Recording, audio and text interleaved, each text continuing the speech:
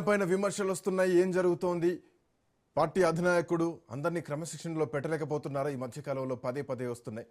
ఇంకా దీనికి సంబంధించి రైల్వే కోడూరు ఎమ్మెల్యే ఘటన పైన వైసీపీ అధినేత జగన్ కూడా స్పందించారు. రాష్ట్రంలో జంగిల్ రాజ్గా మారిందంటూ కూడా ఆయన ఆవేదన వ్యక్తం చేస్తున్నారు.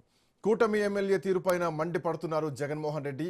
రైల్వే కోడూరు ఎమ్మెల్యే అరవ శ్రీధర్ ఒక ప్రభుత్వ ఉద్యోగి అయిన మహిళను బెదిరించి భయపెట్టాడు, అంతేకాదు లైంగికంగా లొంగ తీసుకున్నాడు అన్న అంశాన్ని జగన్మోహన్ రెడ్డి బయటపెడుతున్నారు. తోపాటు ఆముదాల వలస ఎమ్మెల్యే కూన రవికుమార్ వేధింపులు భరించలేక కూడా ఒక ఉద్యోగిని ఆత్మహత్య యత్నం చేసుకుంది. సత్యవేడు ఎమ్మెల్యే కోనేటి ఆదిమూలం మహిళపై బలాత్కారం చేశాడు. మంత్రి సంధ్యారాణి పిఏపై ఫిర్యాదు చేస్తే బాధిత మహిళను జైలుకు పంపారంటూ కూడా జగన్మోహన్ రెడ్డి అంశాలన్నీ గుర్తు చేస్తున్నారు. మరో మంత్రి వాసంశెట్టి సుభాష్ రికార్డింగ్ డాన్సులు చేస్తున్నారంటూ కూడా మండిపడుతున్నారు. రాష్ట్రంలో ఏం జరుగుతోంది? అధికార కూటమి పార్టీలో ఎమ్మెల్యేలు ఎందుకు క్రమశిక్షణగా ఉండలేకపోతున్నారు? వాళ్ళ వ్యక్తిగత విషయాలు బయటకొచ్చి ఈరోజు ప్రభుత్వాన్ని